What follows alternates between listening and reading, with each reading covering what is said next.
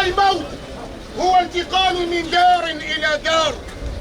الموت نبينا صلى الله عليه وسلم أكثر من ذكر هادم اللذات، وهادم اللذات ألا وهو الموت. آمين يا رب. آمين. أمره روضة من رياض الجنة ولا تجعل له حفرة من دخل النار. اللهم تجاوز عن سيئات، اللهم تجاوز من كل شيء جميل، وهو حسبنا ونعم الوكيل. ولا إله إلا أنت أستغفرك وأتوب إليك. الله يرحمه شر السهل ان شاء الله. الله يجعل الجنه مثواه. الله يسترك. عليكم بالخير. ادعوا له ان شاء الله. بارك الله فيك. ادعوا له ادعوا له ذكروا دائما بالخير. ادعوا له.